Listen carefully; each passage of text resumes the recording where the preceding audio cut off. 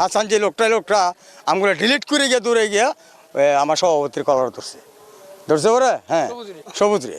তখন আজার ভাই সামনে ছিল পরে ডেকে দা, তো আজার ভাই সব তুলেছিল, হ্যাঁ। তো আজার ভাই বুকের মধ্যে একটা ঘুষি লাগে ওই লোকেরই, ওই ছেলেটার, হাসানের, হ্যাঁ।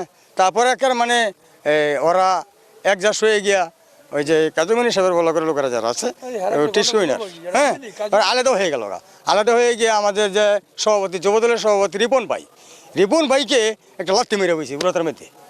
তো মানে একজাস একটা ডেকাডেকি হচ্ছে আর কি। তো এইখানে নাম লিস্ট হওয়ার পরে তো নামের আগে পরে হয়েছে, যেমন মূল দল এবং স্বেচ্ছাসেবক দলের। তখন এলোপাথারিভাবে এরা কিল ঘুষি দিছে। এখন ওই এমআরএফ নামে আরেকজন লোক ছিল, ওর নাকেও লাগছে। তখন বলতেছে আমারে, ওই আজহার বলতেছে, রিপন ভাই আমার বুকটা যেন কেমন লাগতেছে, আমার একটু পানি দেন। তা আমি টেবিল থেকে বোতলটা নিয়ে তাড়াতাড়ি পানি দিলাম।